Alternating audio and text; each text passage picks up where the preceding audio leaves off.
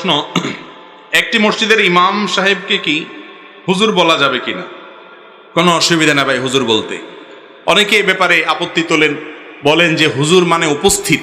হ্যাঁ, এটা ঠিক। হুজুর হাজের, হাজের মানে কি? উপস্থিত। কোনো ব্যক্তি হয়তো এখানে নাই, উনি বাজারে আছেন, তারপরও বললেন যে হুজুর বাজারে আছে। তো হুজুর মানে যদি উপস্থিত হয়, ওই ভদ্রলোক তো এখানে নাই, উনি তো আছেন বাজারে, তাহলে তার হুজুর বললেন যে, এই যুক্তি দিয়ে অনেকে বলে হুজুর বলা ঠিক না। দেখেন, হুজুর শব্দের অর্থ বা হুজুর শব্দের মূল ধাতুর অর্থ যে উপস্থিত, এটা আপনারা কয়জন মানুষ জানতেন? আপনারা সবাই হুজুর বলে কি বুঝান?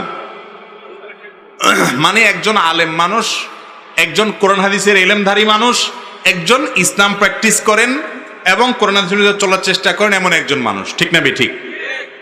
আর ইন্নামাল আমালু বিন্নিয়াত, কোন শব্দ দিয়ে মানুষ কি বুঝায় সেটাই উদ্দেশ্য। আল ইবরাতু বিল মাআনি, শব্দের অর্থ কি আপনি নিচ্ছেন সেটাই হলো মূল।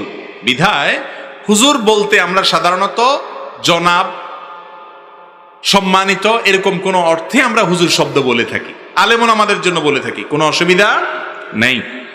এটার ওই অর্থ নিয়ে কেউ বলে না।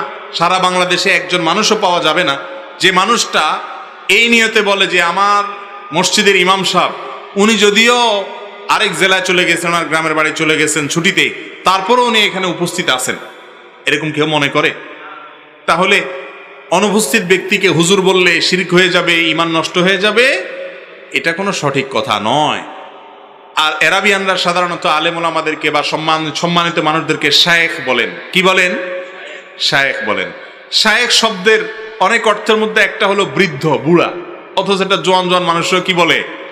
শায়েখ বলে। তো ওই অর্থে তো বলে না, ওই অর্থে তো অর্থ হলো সম্মানিত, এটা বোঝানো। ঠিক একইভাবে হুজুর মানে কি উপস্থিত না অনুপস্থিত, যিনি বলেন তিনিও ওই অর্থের দিক খেয়াল করে বলেন না, তার উদ্দেশ্য হলো সম্মান দিয়ে কথা বলা।